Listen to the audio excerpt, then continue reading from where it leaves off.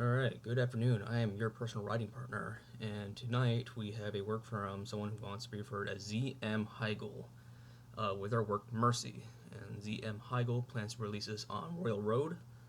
And fun fact, Royal Road has a special place in my heart. It's the first place I tried publishing back in 2021. I really got into it because I didn't know what I was doing when I was writing, because I was trying Wattpad, I was trying AO3, I was trying Royal Road. And then I was just posting basically just unedited rough drafts, and it didn't go well for me. So I basically had to take the time to go off, on my own computer, to develop my craft of writing. And I never really got to World Road back whenever I did develop my craft of writing. But I wish you luck on that one. So I've not read this. I've not read this yet. First impression is this guy's very striking right now. He's pointing right at me like Uncle Sam. It's very good artwork, though. I wonder if you commissioned this, or like as a Berserk fan, this gives me like Berserk vibes. This kind of looks like Guts. You got like a Gen Z haircut, in a good way. I mean, as a good thing. The way the fingers point right at me, it's like it's almost a 3D effect right now. I wonder like any view like I almost kind of want to make this the thumbnail actually. We'll probably talk offhand about that one because it just like pops right out at you. So good job on that one. All right, so I've not read this yet, so let's do the live reading right now. Well, first off, I want to note you sent me a PDF. I converted it to Google Docs so I can edit it better. I did cause about a bunch of formatting issues, so as I see them, I'll just try to fix them real quick. That's not on you. That's just on me, just converting this from PDF to Google Docs. So sorry about that. Whenever I did look at the PDF, it did look formatted pretty well. All right, so let's do the live reading. Okay, now, Abel looked up and saw the cloudy sky pocketing the moonlight. It was a night as young as the three children who were up to no good. Okay, it was a night as young as the three children who were up to no good. Okay, go on, read it. And I'm sorry, I'm gonna butcher these names, man. Especially when it comes to fantasy. So I'm gonna say Rayal. Go on, read it, Rayal urged. Hang on, I can't see, Vale said as he strained his eyes. Just say you can't read it and let me do it, Rayal stressed. I can, but the letter's too small, Abby. Where did you find this thing? In Mom's closet, hurry before they call me back home. The three children pleaded with the class apart, and little by little, the freckled moon stopped acting shy and finally said hello. I don't know, I kind of like that. Like that. Moon being characterized as someone who's kind of shy hiding behind the clouds. That's pretty cute, actually. Read it now, Rail nudged his brother on. Where is like it's that moon script from like Lord of the Rings, like the moon runes. I wonder if that's what it is. Vale glued his nose to the page with Inix guiding him along. A world as true as it was fair, kings ruled, splendors fooled, men cried, and Magi's wooed. Warriors fled when thieves bled. Dragons walked, dragons shed, paragons fade, the hungry fed, mothers went, peasants spent, orphans fathered, fathers dead. Hashtag bars. A bit of silence was shared between the three, but Rael didn't have the patience to let it simmer. Yeah, again, this one was on me. The way this just pasted into Google Docs, that one's not on you. This makes no sense. I knew you can't read. That's what it says, I swear. Stop yelling or they'll find us, Abel gestured with his palm. Move to the next page, Rail said quietly. Everything's fair except fairness itself. Often we ask what made this such, and that not as much. Some were born blessed, while others not really. Many tried reaching the sun, but were of dusk. So what made this such, and that not as much? The truest of truths, the lie of walking freely. The lie of walking freely, Abel repeated, then wind his finger to urge Vale to flip the page. I think he mean wound his finger, but we'll get into that in the edits. But it was empty. Turned it one more, and again, but that was it. No more. That's it. This giant book in only 2 pages. Rail asked. Someone's coming quick behind the bush. Abel grabbed the book, and the children hid away. It was still dark, and all he saw was an approaching silhouette. But Abel saw enough of him to know who it was. Abby, it's time. Come home, Izzy yelled at the direction of the boys, as if he knew exactly which bush they were in. Sorry. You guys head back to your house. I can't take the book, so hide it somewhere. Go on ahead. I will keep it safe. Go before he catches us with you, Val assured. Abel got up and ran to his older brother Isa. The twins went back home, which was only a few trees away. Moon stayed bright for a few more, shining down the small town of Anvilark. The tallest of trees formed a vast enclosure swallowing a vast open-air mine. It was a town of smithing and nothing else. Scattered around the trees were the homes of the townsfolk. That's it. Moon felt it's done its job and drew her cloudy curtains. The night was still young, however, that much was for certain. Abel and his older brother Isa made it back home. The Mantines, the oldest of Stonesmen. They were the first to strike flint and haul out the mines. Raph, the father, was the chief of extraction. Isa his oldest, Abel his second, and soon to be the middle child. Their mother was inside a room in the middle of labor. The boys stood outside and waited for it to be over. Give, give. The midwife's hurrying wasn't as loud as her grunts. Deep breaths, slowly now. A steady inhale was too much of an ask. Let out slow. Her lips flapped up and down. Almost there. Come on, she's been on her back for hours now and I no longer believe she's almost anywhere. Ease in. This one just made no sense. Ease in how? Firm now, firm. Ease her firm. Make up your muddy mind, lady. Her first coherent words of the evening. This was Isabel's third birth. The first was cause for alarm. The second nearly cost an arm. The third was no different, and most certainly no charm. Abel stood clutching his older brother's hand. With each wail, he heard his small fingers wrap tighter, and his knees felt lighter. He sniffed, "Is a wise mom crying?" Isa knelt to meet his eyes, ruffled his curly hair, and tidied his shirt. "She cried like this when she had you," he said with a smile and a pat on his head. "She'll be fine, all right." Abel nodded, wiping his eyes and nose with his right. One last push, give, and as she did, kept giving till she finally gave. Cries from behind that room settled. Abel looked up to Isa, searching his face for answers. Isa upward smiled. It's over now. The door behind them swung open, entered to their home, revealing the father Wrath. His large frame barely squeezed through the doorway, grazing the upper frame of the door with his scalp. Massive fellow, bronze skin, grumpy features with plenty of beard on his face, but not as much hair up top. Passing by earlier on the way back home, he'd been pacing outside, unable to bear witnessing Isabel's pain.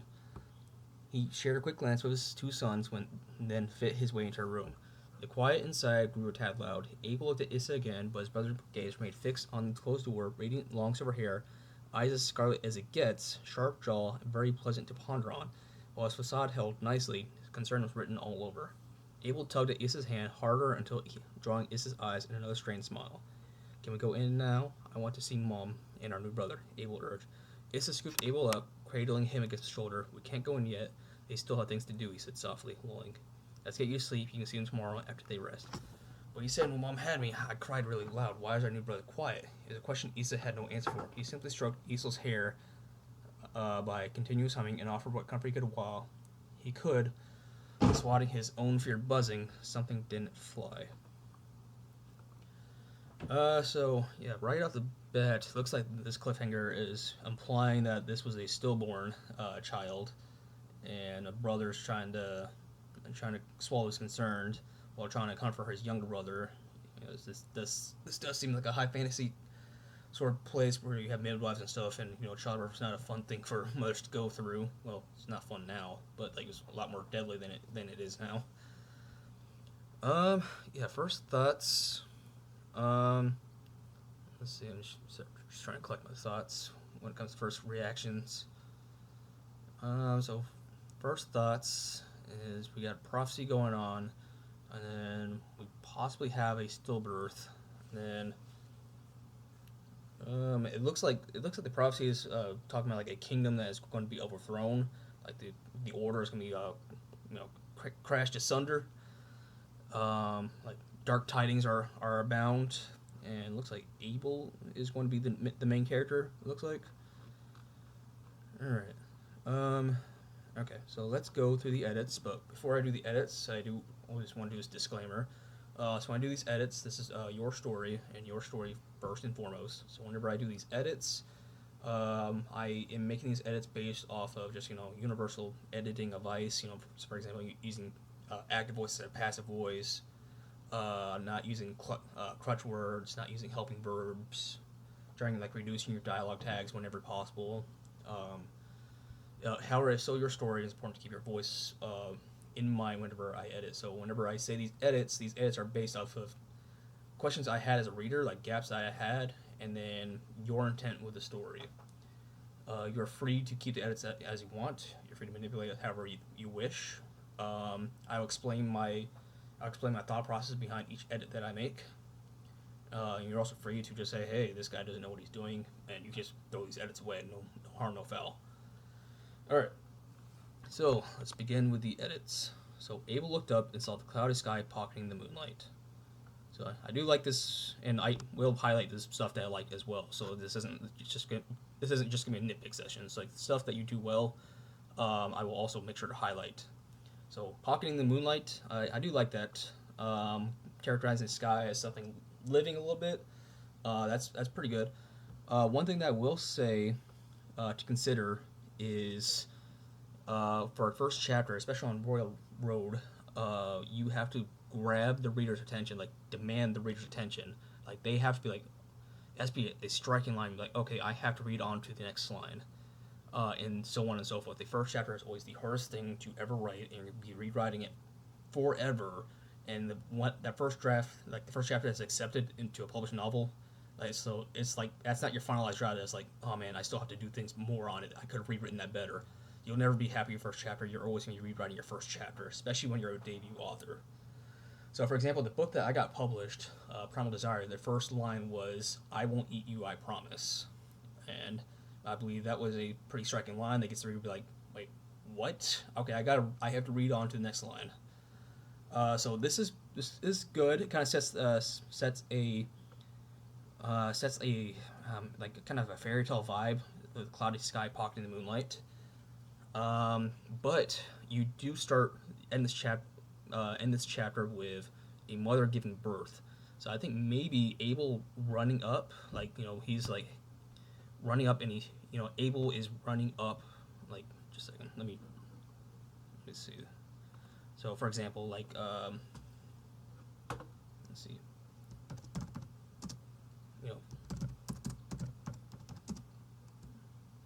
let's see.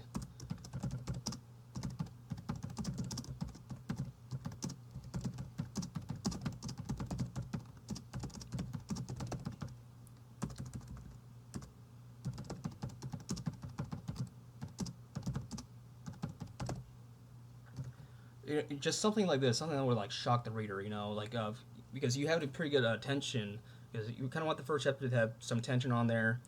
It's not universal, of course, but like for example, just something, because you do end with a mother giving birth, which is always a tense scene, and it's in a medieval setting, and it's infamously dangerous for women to be doing that back then. And it does seem like it's going to be a stillbirth or something happened with the child. That's what it leads off to. So if that was your intent, that's what I'm guessing your intent is based off my reading, but I only have this concept. But just something like, hey, just something intense. Something intense. We have our character in the first line. We have tension going on, and we know what is going on. We know what the tension is driven from his mother screams, but we also have something over here saying like, hey, she's screaming for death because she's giving birth. We don't know that yet, but it gets the reader to be like, okay, why is she screaming for death? This is up to you though. This isn't like universal. This is a subjective thing. So if you want a slow burn kind of thing, that's up to you. But I would just leave this here, and this is just a suggestion. It was a night as young as the three children who were up to no good. So yeah, the three children who are up to no good. When this is our first line, we don't know. Like, so keep in mind, it's like this writer-reader dissonance. So like you as a writer know who is in the scene and such. However, the reader at this point has a white space. We don't know where we are. We don't know who we are. We don't know who the characters are. How many there are. So three children. I don't know that you're just like, I know retroactively that there are three children that are going to be going over the book. However, at this point where I'm reading right now, I think that you're just describing the night as three children. So the last thing, Depending on, no matter what the genre that you're writing, the one thing you want, no matter what genre, what audience base, is clarity. You do not want the reader to be like, you want the reader to read seamlessly. You want them to go from this line to this line and know what's going on and be able to pick up what's going on. Whenever a reader sees this, it's like subconsciously we're like, hey, three children doesn't describe a night, a singular night. So they're gonna be going back to this, and be like, okay, I'm gonna go back to here. Maybe I read it wrong, and then I'm gonna go back to over here, and then now I'm gonna be confused. Now I have to lampshade this to see there's three children on here, and then we have a second child here, but that's still not two children because we still have a child here and a child here. We don't get the third child until over here, and this may seem like minuscule, like and nitpicky. However, with the first chapter with debut author, like you don't want that at all, especially if you do want to go for traditional publishing, because like you only have so many questions that a reader will be able to pocket before they say, okay, I'm just gonna close the book. I don't know what's going on. I'm too confused. So it was a night as young as the three children hooked no good. Maybe more of a metaphor. So maybe like. For example, you do characterize the moon as kind of like a shy child, so maybe keep along with that. Let's see, maybe like the night hid away, and maybe have some like sensory details, to like really paint this, the star. I don't want to say star spangled. Oh, okay, like the twinkling stars in the night sky hid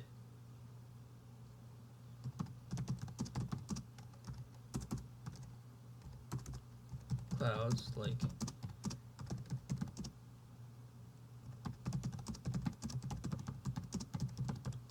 and then again, like this isn't like the best line. Just like something like, hey, let's just characterize the night. Just add a little sensory detail on there. Maybe add some colors in here or something. And this still keeps in your going on with describing the night as young. We have a child hiding behind his mother's skirt. It still keeps in with the intent, but this is up to you. But I'll definitely focus on removing these three children metaphor describing the singular night. Go on, read it, Rail urged. It's not bad. So dialogue tags, I noticed that you have a lot of dialogue tags. There's like this ongoing debate whether, it used to be like dialogue tags were like the devil's, like the devil's speech. You're not allowed to have dialogue tags. Now it's like kind of like a renaissance around dialogue tags. I would say instead of dialogue tags, if you want to remove some of the dialogue tags, which I do suggest that you do, because even though we're becoming more lenient with dialogue tags, like every single dialogue seems to have a dialogue tag, which makes it start to seem robotic and can break immersion. You start using them too much. I would like to use action tags. So one of the little things I learned is there's like a subconscious camera that the reader has. So for example, whenever this line is here, we have Abel in our mind's eye. Until we see another name on there, Abel is in our mind's eye. So for example, you could add a line of dialogue after this with no dialogue tag, like right after this, and we would know that Abel said this. So for example, if you have rail, if you remove this, right, and rail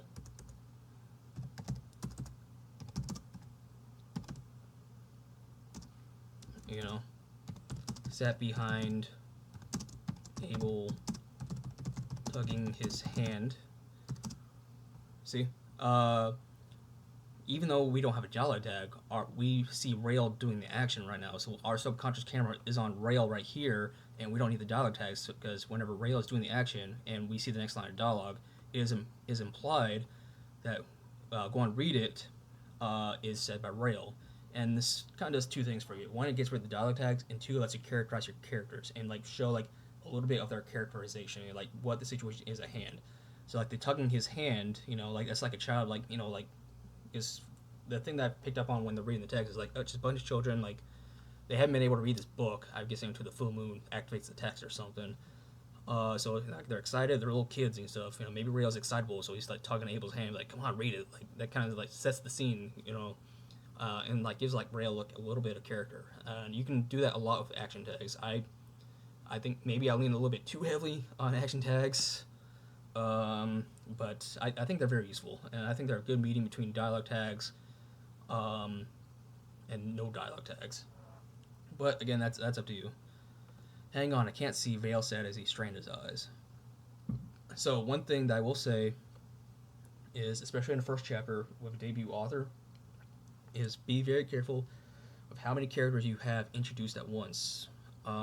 With a new chapter, we have a lot of stuff to get into our head as a reader. I have to know where we are.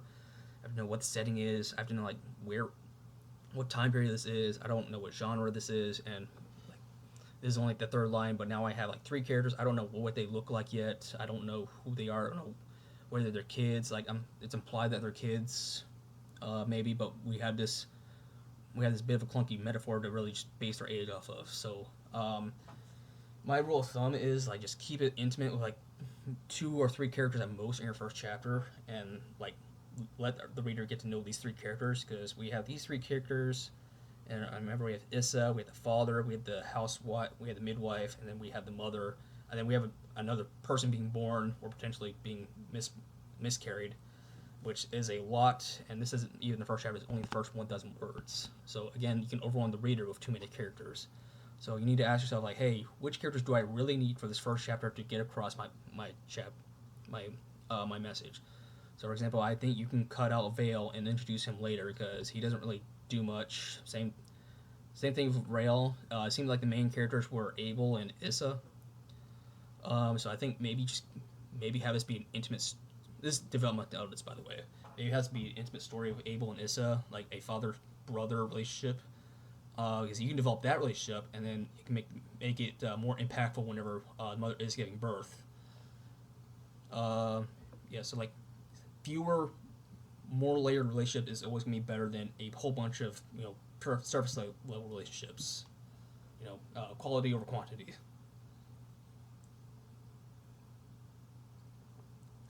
Sorry, just sipping on my wine over here.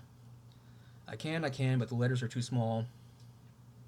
Abby, where did you find this thing? In Mom's. So, I think this one was on me. Okay. And then, so again, with the 3 characters that we have, we need dialogue or action tags, because I don't know who is talking here, and I don't know who is talking here. Like, I know it's not Abby, but we could be Rael or Vale, and we also have a nickname here, which I'm assuming is Abel, but since we only have, like, at this point 4 lines of dialogue in, that's a lot of assumption that the reader, like, we want to keep the main character's name consistent until like later on, right? Because Abby, for all I know, that could be a new character. Again, it's going to cause the reader to go back and be like, okay, Abby, who's that? I kind of read that name before. Let me go back over here. Oh, it's Abel. I'm guessing that's Abel. So you don't want the reader going from here to here. You want the reader going from here to here to here, and just read on seamlessly. So I would suggest removing that. I can, but the letters are too small. Abel, where did you find this thing?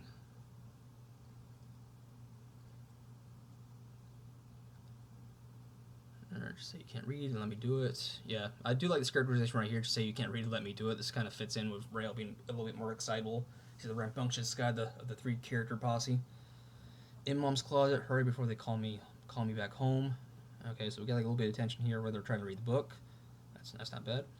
3 children pleaded with the class apart, and little by little the freckled moon stopped acting shy and finally said hello. So again, I want to give more kudos over here. I like that one. I always like it whenever things that don't speak are characterized as living people. So that's always a soft spot on me. So over here, I would suggest having this acted out with dialogue. Maybe like they're praying to their whatever the god is, because usually fantasy has like their own gods and stuff. Please, Father Lunar, stop hiding from us or something. If that makes sense. All right, read it now. Rail nudges brother on. All right, so again, I don't know which one is the brother. That could be Vale or that could be Abel. Vale glued his nose to the page with his index finger guiding him along. Let's see. Yeah, so glued his nose. I don't know. It makes me feel like he's just ramming his face into the book. Um, let's see. I'm trying to think. Maybe he rifled. I'm trying to keep the tension over here.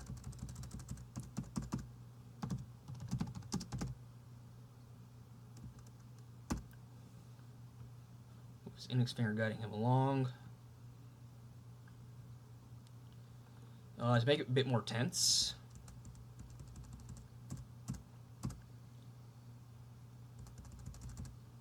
Let's do a simultaneous action.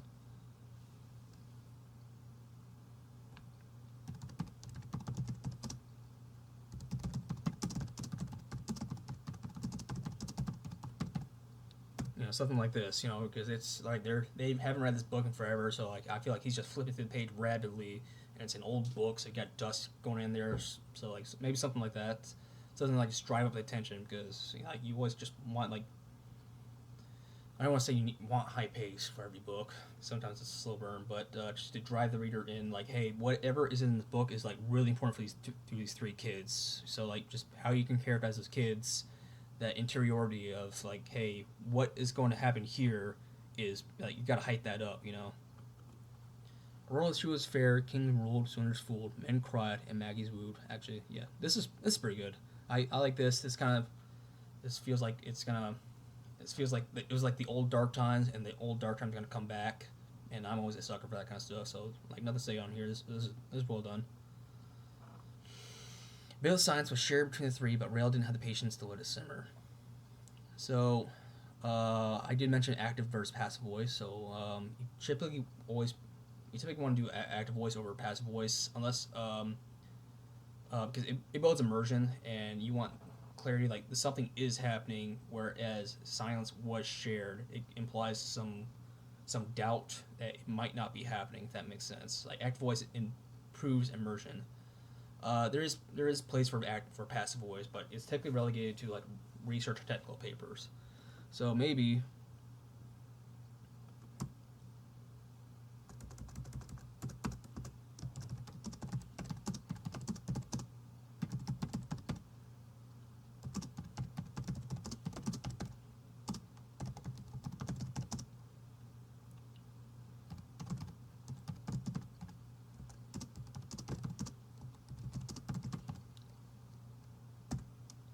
so just have the boys sit in silence. So like keep them in the action, and always try to infer that something's happening. Um, and then I just add this in here, so like you can give always through your narration, always use like little bits of narration to like just do like sprinkle in your world building as to what's going on, like why they're waiting. So I assume those moon runes or something. But whatever it is, like why they couldn't just read this before, why they needed the full moon. Just and it's like a little sensory description. That's up to you though. But I was just like just reword it to active voice and just imply why they had to wait so long to read this book.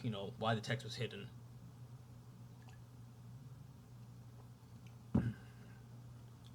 Rael didn't have the pinch to let simmer. That's not bad. I like this. This makes no sense. I know you can't read. So does this imply that only Vale can read the text? Because it seems like all three boys read the text. So I think maybe removing this.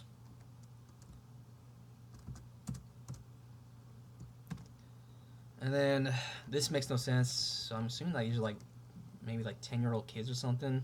So it seems like a little bit too adult for them to be saying, especially in a high fantasy sailing. So maybe like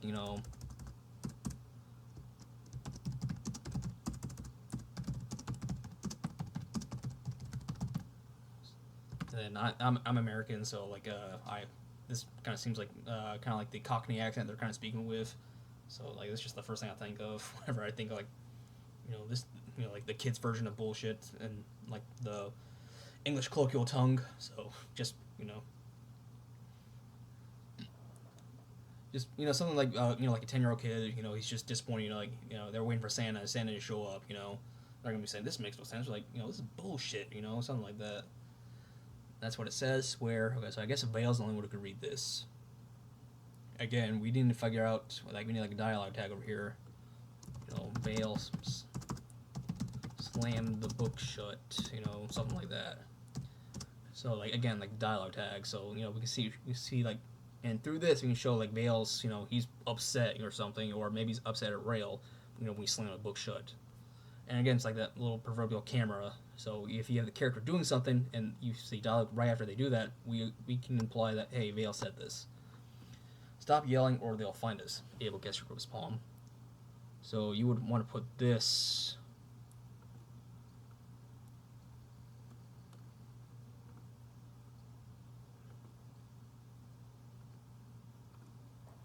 over here. Alright, so that I guess this is more of a nitpick, really, actually. I just prefer having it over here, so we know, especially when you have more than two characters. So we know, like, hey, Abel is about to speak. Stop yelling or they'll find us. Move to the next page. Rail said quietly. Yeah. So if they can move to the page, there's more pages on here. It seems like, and they're real excited to know, like, what this book says. I don't see them having this whole conversation without just going to the next page. Everything was fair, except fairness and self. Often we ask what made it such, and that not as much. The truth of truths, the lie of walking freely. Interesting that this is in bold. Again, same thing as the last passage. Nothing really to say here. It's nice, reads well, reads like a prophecy from an old timey fantasy. So nothing bad to say. Well, I don't say anything bad. All writing is subjective. Like, nothing to critique over here. The lie of walking freely. Abel repeated in wildness. So again, we can imply through the characterization.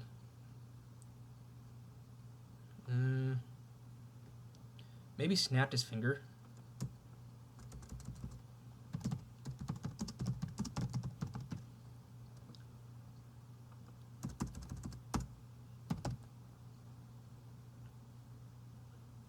Alright.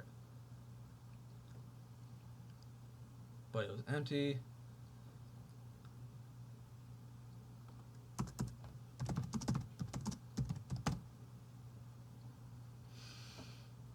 Yeah, this is a little bit nitpicky. There's more copy over here, just blank instead of empty.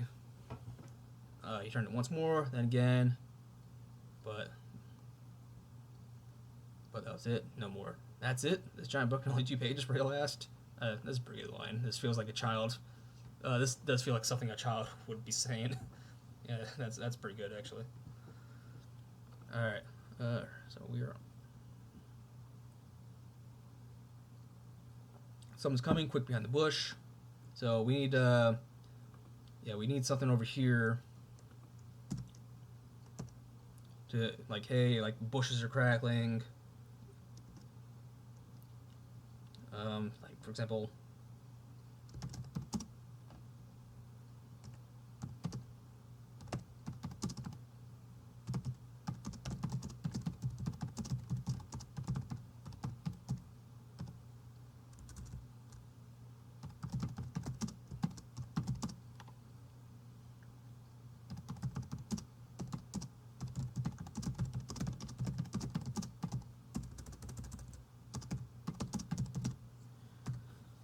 so something to be like, hey, something's coming, like, hey, like, like branches snapping, they hear footsteps, they see shadows or something, and like maybe a little bit of reaction that shows like, hey, man, we're about to be caught, something that shows fear. So like this line I typed in, it's just off the top of my head, it's a little bit clunky, but just there's something that will show fear to the main character, that shows the stakes and consequences of what happens if they're found. So like the inverse relationship, I guess the symbiote. Oh man, speak right now. The inherent relationship of the consequences needs to match, needs to be proportional to like their description of fear. So he's a child, he's gonna get his behind swatted if he's caught outside. So as a kid, it's like the worst thing you can imagine. Just something to show the fear and the degree of fear of them being caught. Someone's coming, quick behind the bush. So maybe here, Abel So maybe more expressive verb to show like the highlight the tension in the moment. Snatch the book, and the children hid away. Yeah, and the children hid away. So this kind of goes into like third person omniscient when it seems like it's more third person limited. So I would say.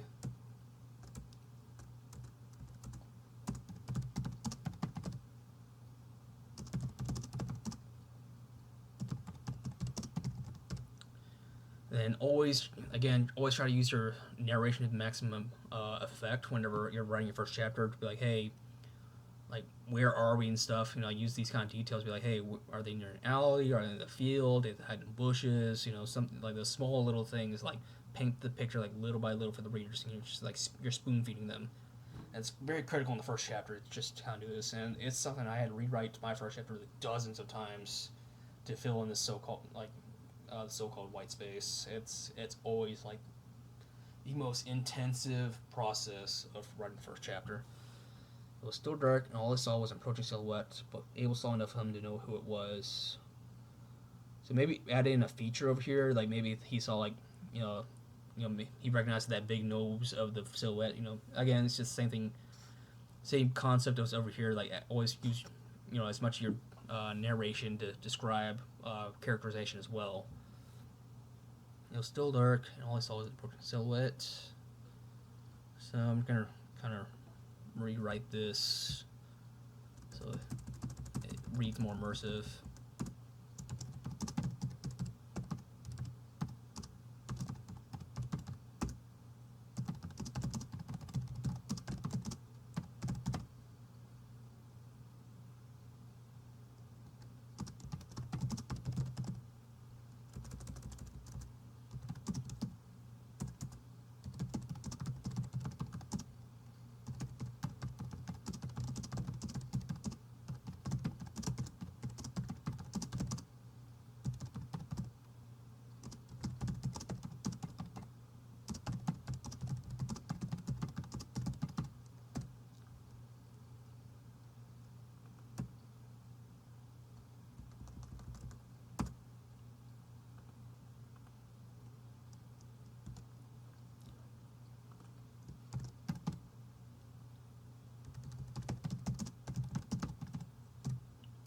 Alright, so let me fix this real quick. Misspelled silhouette. So let me just kind of go over my thought process why I wrote it like this. So I'm just trying to draw up the tension. So like like it's a they're trying to hide from this person. So like the silhouette needs to kind of be threatening and stuff. So it's like a little bit of a colorful metaphor. Like, hey, it's like a monster about to swallow them whole because the silhouette's coming up on them. So the silhouette's going over the children. So I just use that metaphor like, hey, it's about to swallow them whole. He's a small kid. He thinks of like old monsters, and you can conjure this. You can actually put this in here if you have monsters in your fable. This is like a good thing to put on here. Like, hey, what's this old fable I know of? I just added in Nan. If you have monsters in your book, this is a perfect place to just put over here. Nan used to preach until he saw that hook-shaped nose. So again, like I don't know what Issa really looks like, but just like what physical characteristic pops out. It's just like a small little thing that will just like help let us know like what Issa looks like whenever he gets introduced into the story. Just like small little things like that. Then I had this on here to like show like that you wanted that interiority, so you want their inner thoughts and stuff. And we're like, okay, hey, it's his brother. He's like Issa, thank goodness. Or he seems to have a good relationship with Issa, or maybe he has a rivalistic relationship with Issa. So Issa, like Issa, you bastard or something. Issa, what are you doing here? Or if it's about the child or something, Issa, is it time already or something? Something like that. Up to you though. Abby, it's time. Come home. Issa yelled at the direction. So a little bit of copy it over here, as if he knew exactly which bush they were hiding in. So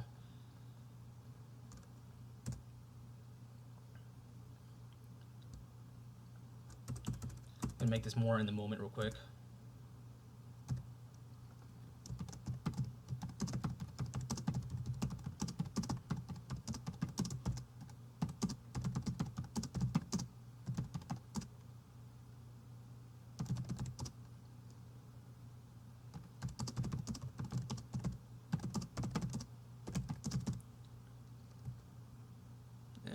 is in italics? There we go. So it's a little bit of the show don't tell thing. Show don't tell is like the most overused writing advice. Everybody hates it, but it has its place. So like, hey, we're gonna show like instead of like it's you telling us as if you knew exactly where it's supposed to were. Let's just show that happening, and make it more in the moment. So like Abel's heart skipped a beat. He's like, oh my god, he's like he caught right on top of my bullshit. He knows which bush we're looking at. So like, let's just show him knowing exactly where they are. And he was like, hey, Abby, cut the bullshit. It's time to come home. You guys head back to your house. I can't take the book, so hide it somewhere. Going ahead. I'm guessing Abel said this. Let's see, I can't.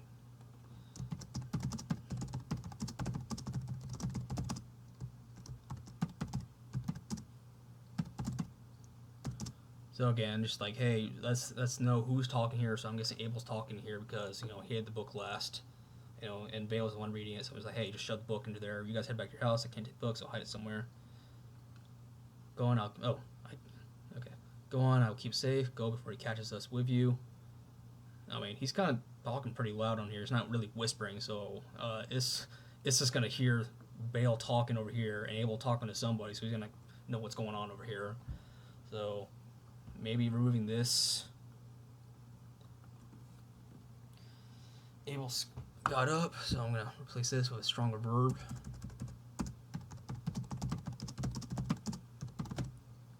Just like a little kid, he scrambled to his feet, and ran to his older brother Issa. The twins went back home, which was only a few. Okay, wait. Are Issa and Abel twins, or are Vale and Rail twins? Because you called him his older brother, which that don't work with twins unless they're like a couple seconds apart. But it's implied that Issa is several years older than Abel, so I'm not sure. I'll definitely try to rephrase this one. I'm guessing that Vale and Rail are the twins. So I'll just put a question mark here just to mark that. Went back home, which was only a few trees away. I kind of like this over here, where if they're kind of like like for lack of a better term, like hobbits and stuff, like they're very nature in tune. They measure things not in miles or feet; it's trees. So I can go with that if that's where you're going. So I can. Moon stayed bright for a few more moments, shining down the small town of Anvilark. So I'm gonna rephrase this to just make it a bit more descriptive. Just pop out a bit more.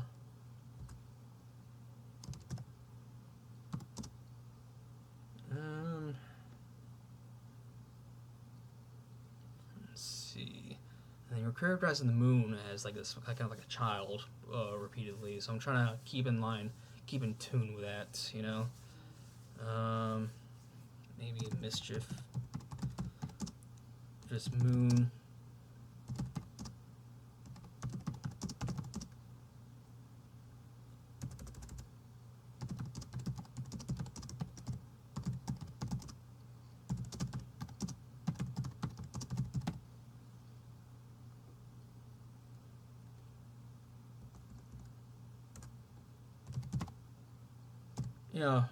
The moon's like, he's popping out of the clouds. He's more open now, so he's like, hey, I'm bathing in town in Inverloch when I was hiding from you guys. So that's kind of went with like mischievous moon. Just something like just make it a little bit more immersive. That's kind of what's going with this. Like make it more in the moment. The tallest of trees formed a glass vast enclosure swallowing a vast air mine. So there's a little bit of copy edit over here. You don't want to use too many unique words too close with each other. So vast is used here, then is used here. So I'd say removing one of them. Let's see, vast enclosure swaddling a. Is curvaceous a word?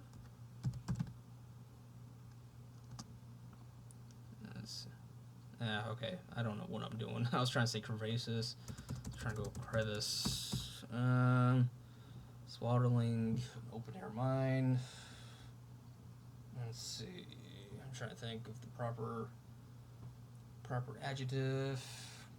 Just a second, let me sip while I think here. So the fun part of editing is like think of like the cool verb. I don't want to say deep. Let's see.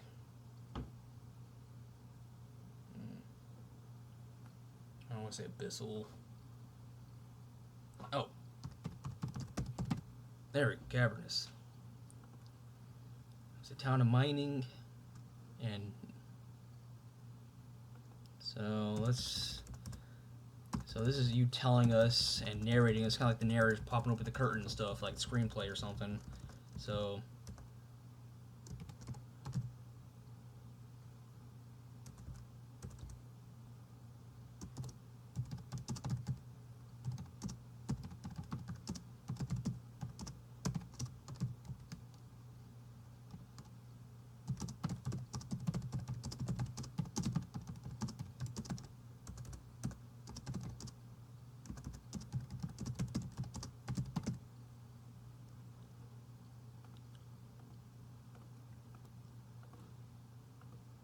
So it just makes it more of the moment and stuff when we describe Anvilark. So we still have the mining town, but we make it more in the moment. You know, like, hey, this is just like a pass by town. There's like a small town that's next to the Dollar General. We only go here for the Denny's and stuff, and then we just leave. You know, we're done with this town. You know, it kind of just it makes the world feel a bit more lived in. You know, when you add in the most passed around Anvilark, and you can get like, hey, this is like an old, worn out town that nobody wants to be in anymore. Scattered around the trees were the homes of the townsfolk. So again, I would rephrase this to active. That's it. I would remove this.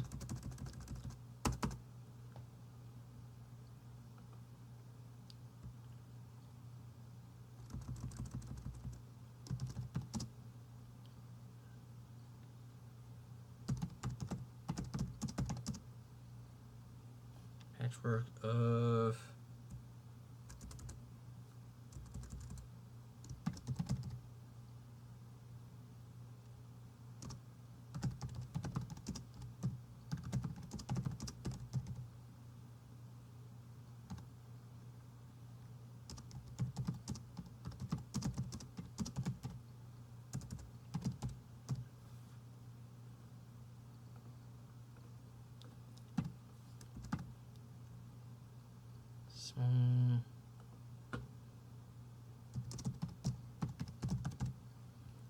So I'm guessing this is kind of like a mining town. So like a lot of the stuff isn't like on like the up and stuff. So like, hey, we're gonna have like we're gonna characterize these cottages as like, hey, little makeshift cottages. Like, hey, we just built it with what we had in the land. Just really driving the fact that Anvilark is like small passerby town and stuff. And I just added on here to like, hey, make it a little bit more fantasy. But that's up to you. I don't know what kind of fantasy this is yet. So the simile you want to use is up to you, man. Moon felt his job is done and drew her cloudy curtains. So I think this is a pretty good metaphor over here. It's strong enough. It does not need this over here. Night was still young, so I don't think this is necessary at all. Abel's brother made it back home. The Mantines, the oldest of Stone's men. The father, chief of extraction, is his oldest. Alright, so I would suggest removing all of this. Alright, so this is stuff that you want to just weave in through dialogue, not just tell the reader in like an info dump. Alright, so like find a way through dialogue to just I'm pointing at the screen like you can see me pointing at the screen right now. Find a way to weave this in through dialogue or like interactions with other townsfolk and stuff. Alright, so you don't want to just you the narrator tell the reader what's going on and stuff. You want to just make this lived in, you know. Their mother was inside a room in labor. Okay, so let's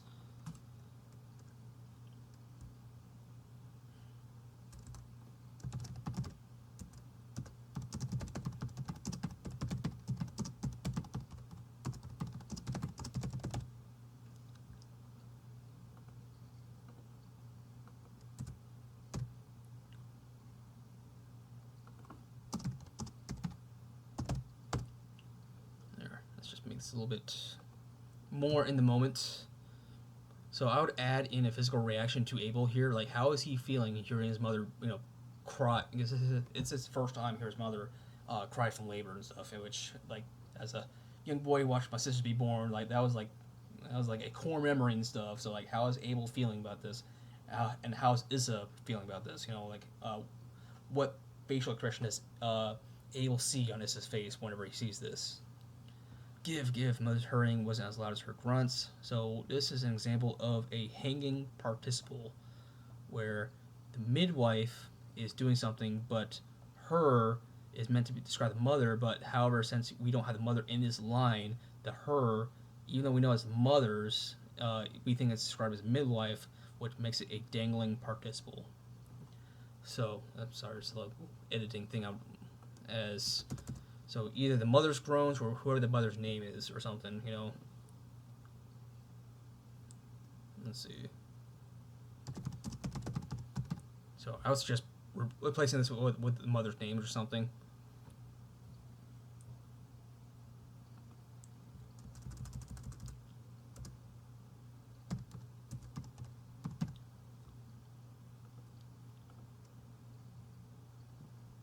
Alright, deep breath slowly now, stating it was too much of an ask. Slow, her lips slapped up and down, so this makes me think that she's a horse.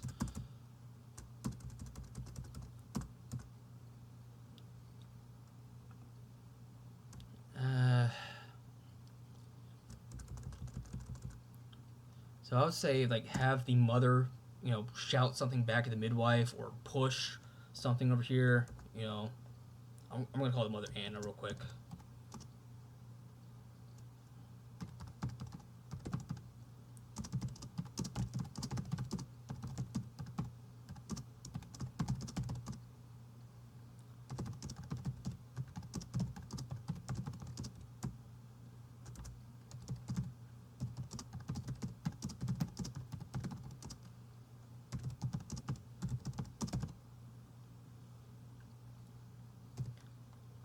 So we're gonna have like Anna, I'm gonna call the mom Anna, just because it's the first thing that popped into my mind.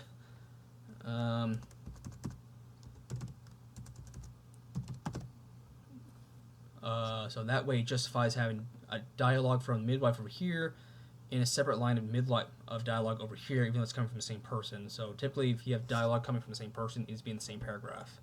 So that's why I added this in, so the mother is giving a reaction. And then almost there, carrot, come on. Let's see. I'm just moving this. And then I added in the mining demons his father told rumors of, because I just want to expand your world, make you feel more lived in. I don't know what kind of fantasy you have. You don't, maybe they mined the Balrog. They dug too greedily, too deep and stuff. I see fantasy. I hear about mining. I think of Moria. Ease in. This makes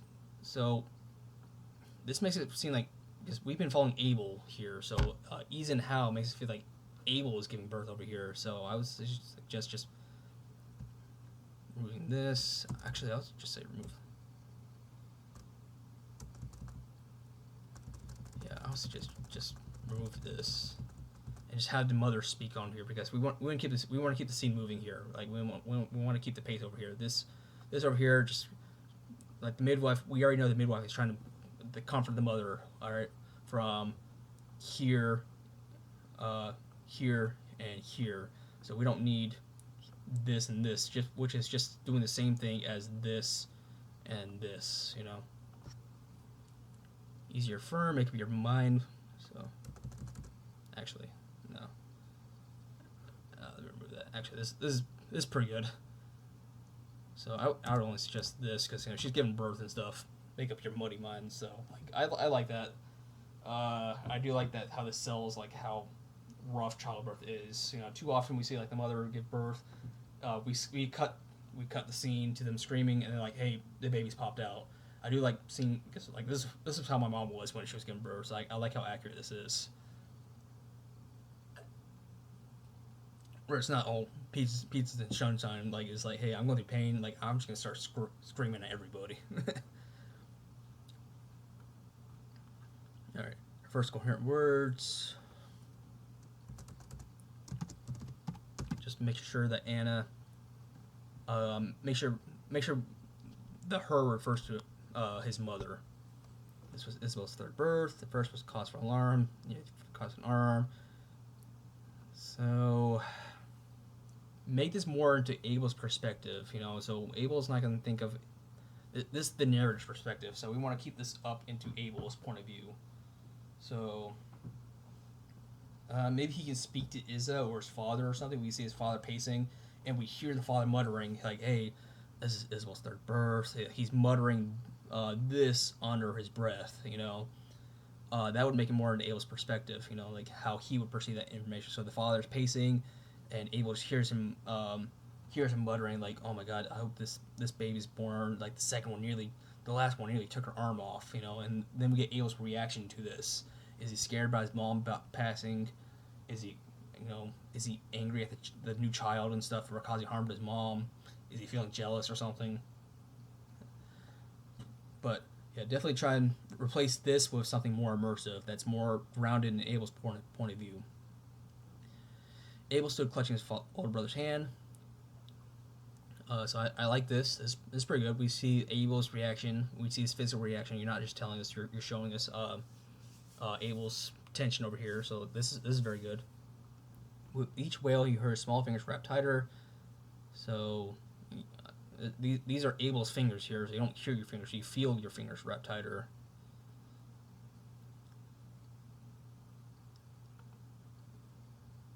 With each wail, you heard.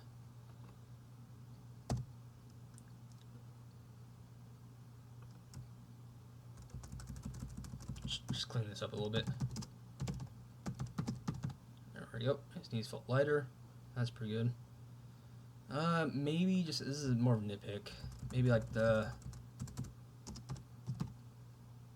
maybe he's getting a little bit lightheaded.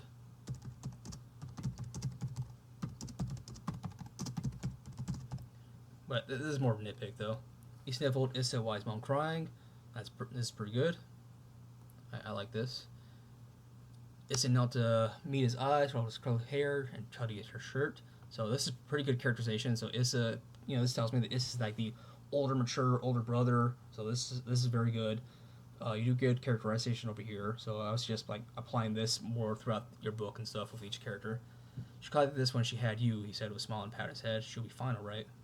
Abel nodded, wiping his eye and his nose. Other than this part that I just deleted over here, this is pretty well done. Shows like a very nice brotherly bond. I like this. This is pretty good. It shows their bond. Shows like their relationship with each other. So this like in a very small amount of text, you're able to imply a very good relationship and very clear relationship. One that's push give. This kind of reads more of omniscient and just narration. Let's see.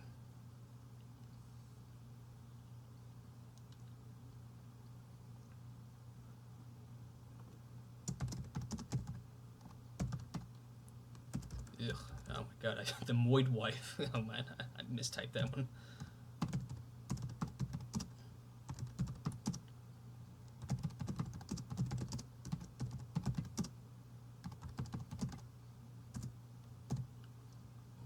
Just make sure like the midwife is screaming this.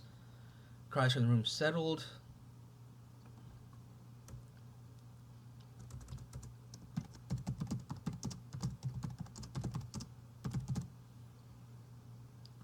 Abel looked up at Issa, searching his face for answers. Ifal offered a smile.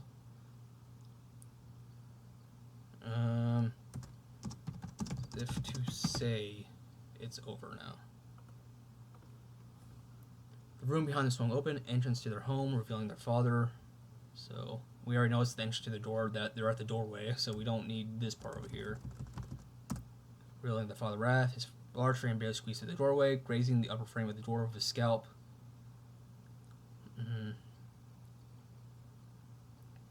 So this is good. This is good characterization. However, this does not read as a complete sentence over here. This reads like it's almost a second line, but it doesn't fit. So I'd say rewrite this into its own line. Um, we already know he's massive because he's barely fitting through the door frame, so we don't need this.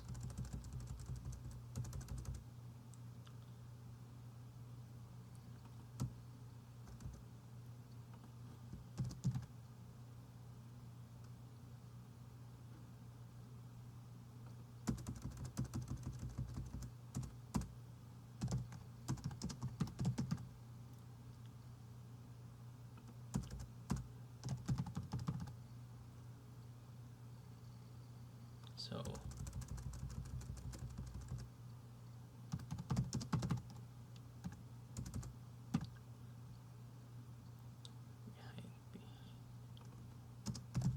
his beard.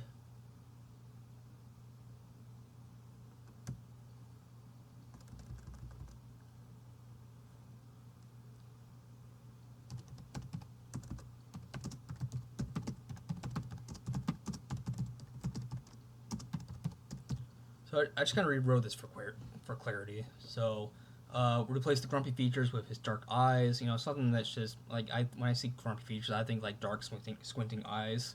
That's up to you. And the glower kind of shows off the grumpy over here. Behind his beard, that compensating his thinning scalp. So I just rewrote this for clarity to make this more in the moment, make the line flow a little bit better.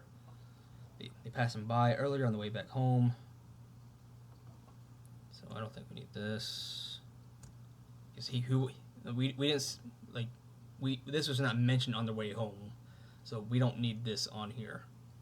He's been pacing outside and able to bear witnessing Israel's pain. So I would suggest moving this and placing it. Let's see, where did I talk about his father? Let's see. And place like this over here where Abel sees his father pacing over here. And then he says like something along the lines of this. If that makes sense. Let's see. Quiet inside grew a tad loud.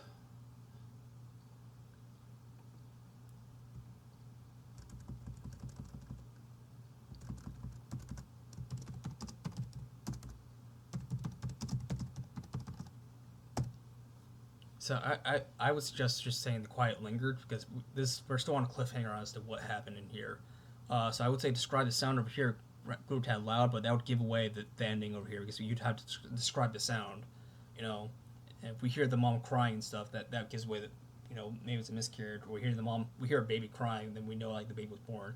When it seems like you're trying to keep this on a cliffhanger over here, like we don't know whether the baby is dead or not. Sorry, a little bit tired. Abel looked at Is again, but his brother's gaze remained fixed on the floor, radiant, long silver eyes.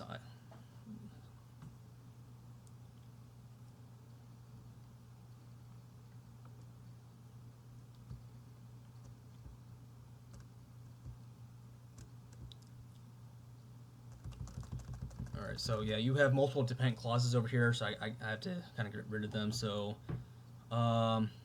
so you want his eyes described as scarlet, so let's describe his gaze as scarlet. So instead of having eyes as scarlet as it gets, let's place that with just scarlet over here. So that gets rid of that. And fix the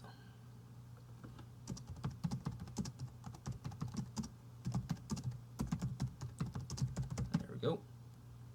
Alright, his brother's scarlet eyes, framed between his silver locks, remain fixed on the closed door.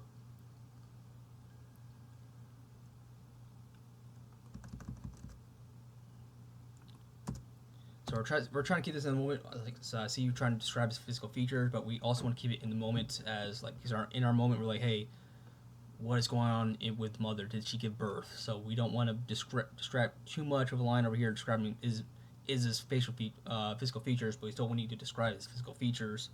So I think that this is the best way to do that while keeping our mind on the plot. His facade held nicely, but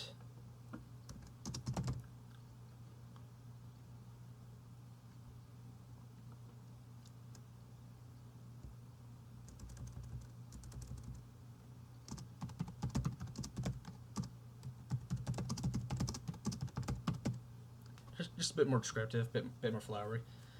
have Abel tugged at Issa's hand harder until Issa drawing Issa's eyes and another strange smile. So I like this. This again, this shows the relationship between the brothers and what's going on. Issa's just trying to keep a strong face for his brother. You describe that well with this one little line. So you do a pretty good job of showing relationships between two people. That's kind of why I suggest, hey, keep it between Abel and Issa in the beginning, because you from that first read through, I got a good indicator of how Abel and Issa are, what the relationship is, because you do that very well. Can we go in now? I want to see Mom and our new brother. Abel urged. Issa scooped Abel up, creating him against the shoulder. So whenever a new person is speaking, they get their own paragraph. Just a little small thing, but that may have been because I pasted the PDF into a doc. Can't go in yet. They still have things to do, he said softly.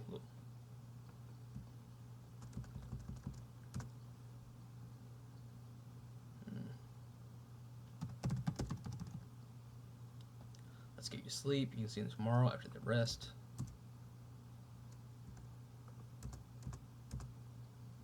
So yeah, I'm trying to put this in the same paragraph over here, but Google Docs has fired me on it. Well, he said when Mom had me, I cried really loud. Why did you brother quiet? So you show, what I'm about to delete, you show well enough with this, so we don't need this over here. And again, this is pretty well done over here. This little cliffhanger ending, this is pretty good.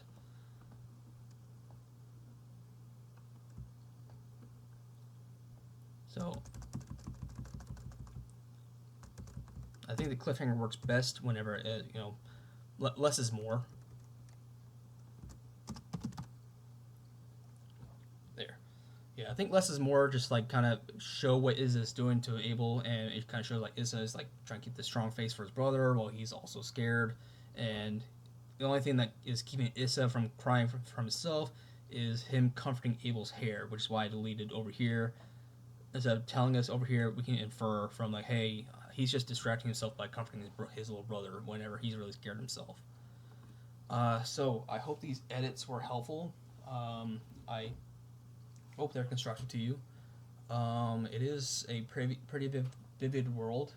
I think your high point is really the relationship between the brothers. You do a very good job describing Abel and Issa's relationship, and I do like the cliffhanger, like, hey, is the brother is like his little brother okay and stuff. Like the silence is a pretty good hook to keep on reading and such.